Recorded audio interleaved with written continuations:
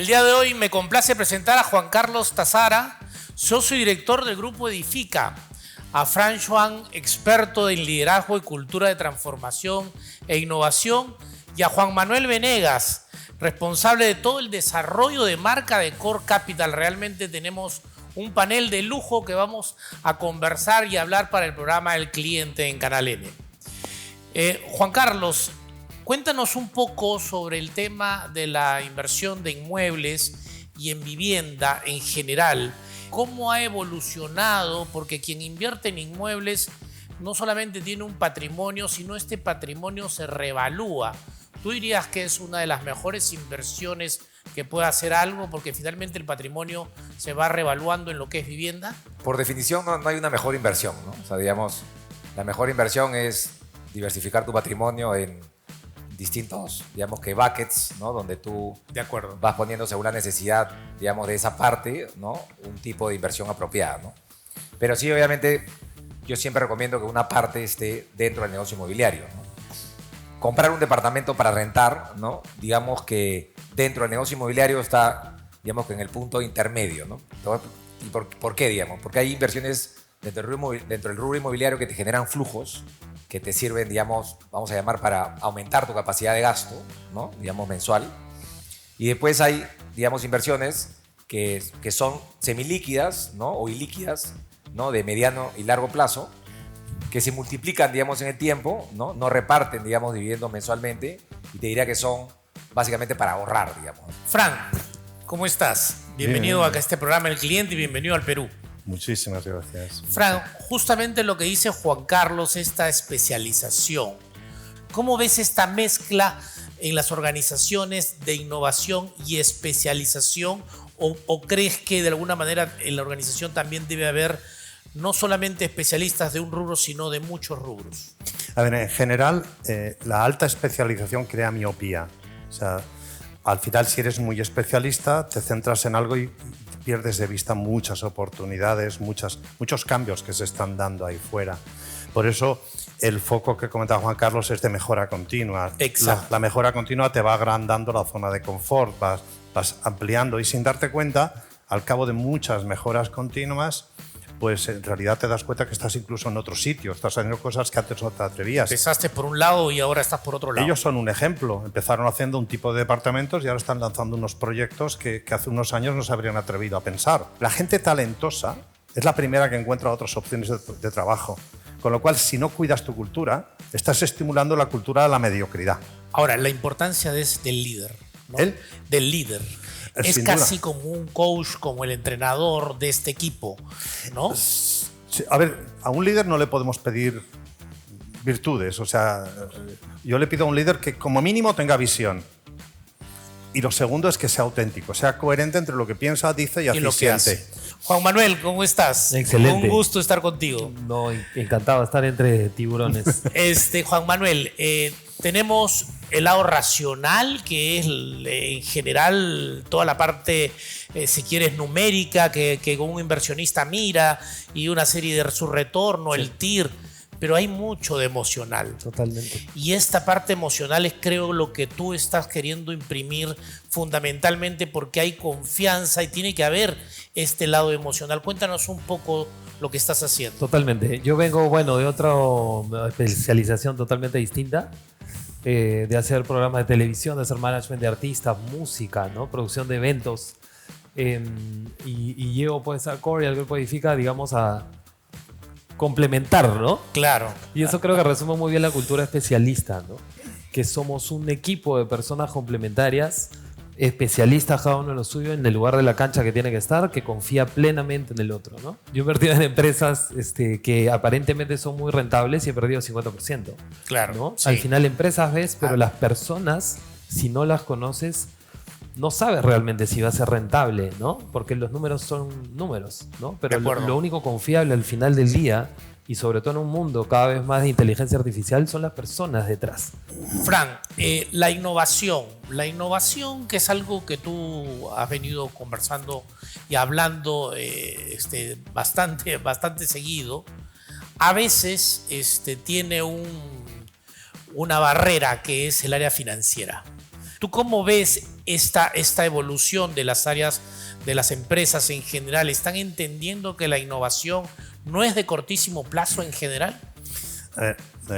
Está dando en el clavo absoluto. O sea, ojalá nos escuchen muchas personas y nos hagan caso. A ver, hay muchas maneras de innovar, pero hay una máxima que tiene que estar predominante sobre las cabezas y aplicarse bajo pena de tienes que pagar una ronda de piscos aguas a todos los presentes, que es piensa en grande y actúa en pequeño. Si tú piensas en cambiar el mundo o piensas en traerme de Miami una idea, wow, que aquí en Perú es novedosa, eso es otra manera de innovar. Pero si trabajas tu cultura local para que no la vea como de manera refractaria, sino que diga, caramba, llena de curiosidad y la adopte, te estás convirtiendo en un agente local radicalmente diferente, no sé si disruptor, pero desde luego innovación radical. Y te estás diferenciando de la competencia. Lo que hay que hacer es visionar grande, como se hace aquí y lo estamos viviendo, que es lo excitante de este grupo de amigos que están cambiando muchas cosas y probablemente no van a parar aquí, pero están pensando en las raíces del árbol. Están trabajando en esos cimientos que van a permitir cambiar cosas por paso a paso y rodeándose de gente competente, de tal manera que aquello que dicen hay que pedirles a los líderes que sean 16 cosas, no, yo les pido que sean un par de cosas y no rompan nada, ya me alegro. El resto, que sepan rodearse de especialistas. Pero el financiero, cuando en una organización no se trabaja la cultura, la lengua franca que gana siempre es la de finanzas. Todo este tema de impacto vial, nosotros a nivel de infraestructura estamos bastante malos. Manejar en Lima es realmente un suplicio. Todo este futuro de edificaciones verticales que de alguna manera generan también un poquito más de congestión. ¿Tú cómo ves este futuro? ¿Necesitamos también ir de la mano de infraestructuras subterráneas, aéreas, para poder seguir explotando todo el tema de cobertura vertical? No, definitivamente, pero ahí sí estamos complicados, ¿no? Ahí estamos complicados. Porque el plan metropolitano de Lima, vamos a ver que el plan MET, ¿no? Que es el que rige, digamos, la zonificación, el crecimiento de Lima, el último que está vigente es de 1990, Wow. en Estados Unidos. O sea, quiere decir cuando no existía el AutoCAD. Claro. Y todavía digamos, las municipalidades siguen discutiendo cuál es el nuevo plan metropolitano, digamos, que debería regir, ¿no? Hacen uno, después lo derogan, hacen otro nuevo. Y en general, yo que más o menos los he visto, ¿no? y los he analizado, te diría que todos son buenos, en realidad. Tienen sus diferencias, ¿no? Pero el problema que tenemos no es que no elegimos el mejor plan, porque yo creo que no existe el plan perfecto. El problema es que no elegimos un plan, ¿no? Y así como en los negocios, yo creo que hay algo que es peor que tomar una mala decisión, es no tomar una decisión, es lo que nos está pasando, digamos, en el plan metropolitano. Entonces, eso claramente genera el desorden en la ciudad y la poca planificación urbana que tenemos. De acuerdo. Por eso que tenemos frente a la vía expresa diferentes alturas, ¿no? Zonificaciones que te requieren una cantidad de estacionamientos tremenda, cuando ya en el mundo se sabe que los edificios, al contrario, que están cerca de desarrollos, digamos, de transporte público, al contrario, te ponen un máximo de estacionamientos, no un mínimo.